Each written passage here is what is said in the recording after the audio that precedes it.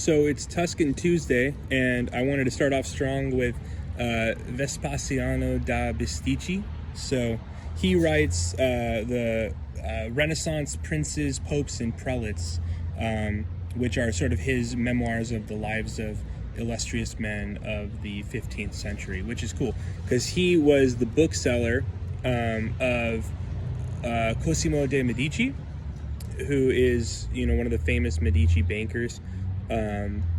Actually, a fantastic source on Vespasiano is Ross King's book, The Bookseller of Florence, where he really does break down so much of the craftsmanship that Vespasiano was a part of. But he also talks about how Vespasiano knew so many great men. And so I wanted to read the beginning of his life of Eugenius IV, who was a pope. So this is what he writes. He says,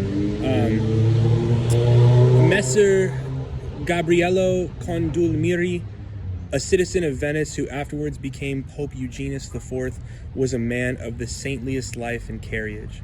His father died while he was still a youth, leaving him rich in temporal possessions, and it came to pass that, having been brought early to realize the worthlessness of this life, he determined to free himself from the tenacious bonds of earthly riches which bind men in this unhappy world by giving away 20,000 ducats for the love of God. What an amazing thing to read.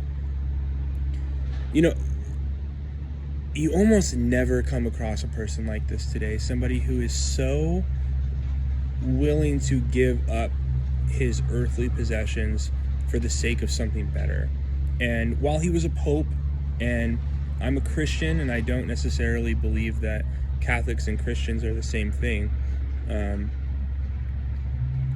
I think there's a reason why some of the Renaissance popes were so highly regarded, because they could have the rich,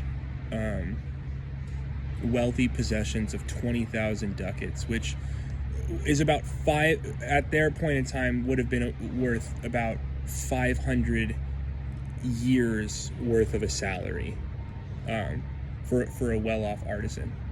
So when you really put that into perspective, this person gave away so much for the sake of gaining an eternal reward.